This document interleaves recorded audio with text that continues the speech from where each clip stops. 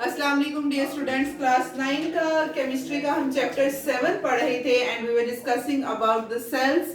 हमने electrolytic cell के बारे में पढ़ लिया है कम्प्लीटली कि उसमें क्या क्या प्रोसेसेस हो रहे हैं, क्या उसकी कंस्ट्रक्शन थी, क्या उसकी वर्किंग थी। Today we are going to study about galvanic cell और वोल्टिक सेल। गैल्वेनिक भी कह सकते हैं, वोल्टिक भी कह सकते हैं। जब हम डिस्कस कर रहे थे केमिकल रिएक्शंस के बारे में, तो मैंने इलेक्ट्रोकेमिकल सेल्स के बारे में, तो हमने क्या कहा कि इलेक्ट्रोकेमिकल सेल में क्या होता है, इधर हमारे पास इलेक्ट्रिसिटी पास की जाती है और इलेक्ट्रिसिटी पास करने से एक केमिकल रिएक्शन होता है। एक केस ये।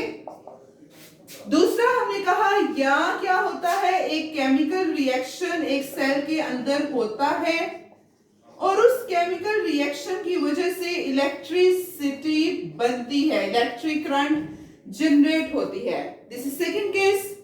अब ये फर्स्ट वाला केस, तो we have discussed it this case in electrolytic cell. उसमें हमने देखा कि इलेक्ट्रिसिटी हम पास कर रहे थे, एक केमिकल रिएक्शन हो रहा था, कैटायन कैथोड की तरफ मूव कर रहा था, एनायन एनोड की तरफ मूव कर रहा था और इस तरह से एक केमिकल रिएक्शन हो रहा था। आज हम जो पढ़ने जा रहे हैं गैल्वेनिक सेल, इसमें ये सेकंड केस होना है। The electrochemical cell in which a spontaneous chemical reaction take place, कि जिसमें हमारे पास एक स्पॉन्टेनियस केमिकल रिएक्शन होगा, एक केमिकल रिएक्शन खुद ब खुद होगा और उसकी वजह से क्या जनरेट होगी, इलेक्ट्रिक करंट। ऐसा सेल, ऐसा इलेक्ट्रोकेमिकल सेल जिसमें एक केमिकल रिएक्शन हो और उस केमिकल रिएक्शन की वजह से इलेक्ट्रिक करंट जनरेट हो, उसको हम कहते हैं गैल्वेनिक सेल। एग्जांपल इसकी डैनियल सेल है। डैनियल सेल बहुत सारे बैटरीज में यूज हो रहे हैं, तो वो इसकी एग्जांपल ले सकते हैं। अब अगर हम कंस्ट्रक्शन देखें कि how galvanic cell is actually constructed, तो इसकी जरा construction not little bit but more different than as compare to electrolytic cell. Electrolytic cell में हमने कहा था कि हमारे पास एक सेल है, उस एक सेल में दो इलेक्ट्रोड्स डिप हैं एक इलेक्ट्रोलाइटिक सॉल्यूशन के अंदर, and these two electrodes are connected through a battery. That's all.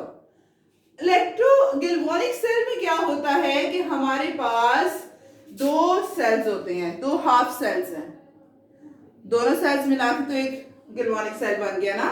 There are two half cells. Half cells के अंदर हमारे पास इलेक्ट्रोड डिप है, मेटालिक इलेक्ट्रोड, और वो जो इलेक्ट्रोड डिप हैं, वो इलेक्ट्रोड डिप हैं अपने अपने सॉल्यूशन में। मतलब यहां पर अगर हमने जिंक इलेक्ट्रोड यूज किया है, जिंक इलेक्ट्रोड, तो वो जिंक इलेक्ट्रोड किसके सॉल्यूशन में डिप होगा, इस सेल के अंदर कौन सा सॉल्यूशन होगा, जिंक सल्फेट। मतलब जो इलेक्ट्रोड है वो अपने सॉल्यूशन के अंदर डिप है, अपने ही साल्ट के अंदर डिप है।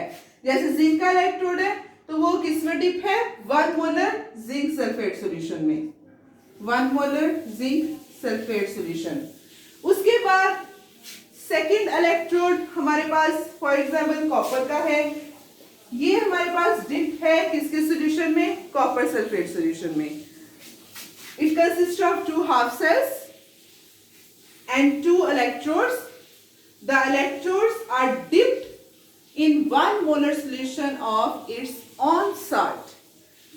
For example, anode, zinc electrode is dipped in 1 molar solution of zinc sulfate. Copper electrode is dipped in 1 molar solution of copper sulfate. And these two electrodes are connected through a wire. Electrodes को किसके जरिए connect किया गया है, wire के जरिए। Solutions जो हैं, सॉल्यूशंस को किसके जरिए कनेक्ट किया गया है, एक यू शेप, यहाँ पर आपको ब्रिज नजर आ रहा है, एक पुल नजर आ रहा है जिसने दो सेल्स को कनेक्ट किया हुआ है इस पुल ने। इस पुल को, यू शेप्ड ब्रिज को हम कहते हैं साल्ट ब्रिज। इस साल्ट ब्रिज के अंदर हमारे पास इलेक्ट्रोलाइट का एक कॉन्सेंट्रेटेड सॉल्यूशन है, जैसे सल्फ्यूरिक एसिड है, सल्फ्यूरिक एसिड का कॉन्सेंट्रेटेड सॉल्यूशन इस साल्ट ब्रिज के अंदर हमारे पास जेली लाइक सॉल्यूशन पाया जा रहा है। इस साल्ट ब्रिज का काम क्या है कि इसने ये जो आयंस की माइग्रेशन है उसको माइग्रेशन आयंस की करके तो दोनों सेल्स के सॉल्यूशन को न्यूट्रल रखना होता है।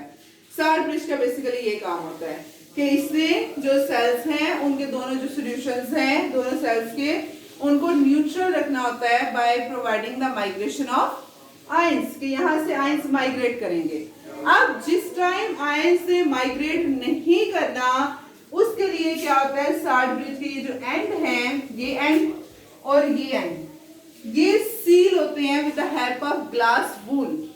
ग्लास वूल के जरिए, वूल एक रुई जैसे कॉटन वूल है, इस तरह से ये ग्लास वूल के जरिए सील हुए होते हैं ताकि आयंस की भी माइग्रेशन ना हो। तो इस तरह से हमारे पास ये गैल्वेनिक सेल कंस्ट्रक्ट किया जाता है। इस तरह से कंस्ट्रक्शन होती है कि यहाँ हमारे पास जो है वो जिंक दो हाफ सेल्स, दोनों में हमारे पास जिंक इलेक्ट्रोड्स, जो इलेक्ट्रोड्स हैं वो डिप हैं सॉल्यूशन में, हाफ सेल्स में मतलब जो इलेक्ट्रोलाइट पाया जा रहा है वो किसका पाया जा रहा है, इलेक्ट्रोड का। कि इलेक्ट्रोड जैसे जिंक है वो जिंक सल्फेट के सॉल्यूशन में डिप होगा, कॉपर है वो कॉपर सल्फेट के सॉल्यूशन में डिप होगा।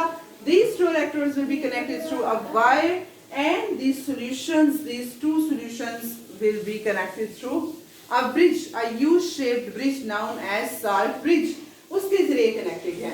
ये थी कंस्ट्रक्शन इसकी। अब you have noticed here that कि anode carry negative charge and cathode carry positive charge here. Why this is so? ये हम कल डिस्कस करेंगे कि हमने तो अभी तक पढ़ा है कि जो कैथोड है उसके ऊपर नेगेटिव चार्ज होता है और नेगेटिव इलेक्ट्रोड है, और जो एनोड है वो पॉजिटिव इलेक्ट्रोड है। तो ये यहाँ पर एनोड के ऊपर नेगेटिव और कैथोड के ऊपर पॉजिटिव चार्ज क्यों है, ये हम नेक्स्ट लेक्चर में देखेंगे कि इनके ऊपर ये चार्ज की डिफरेंशिएशन क्यों आई है। ये थी कंस्ट्रक्शन। कल इंशाल्लाह हम गैल्वेनिक सेल की वर्किंग को डिटेल में डिस्कस करेंगे कि how it actually work, how the ions migrate through salt bridge, how the electrons travel through the wire and how electric current generate by a chemical reaction. कल हम इंशाल्लाह उसके बारे में पढ़ेंगे।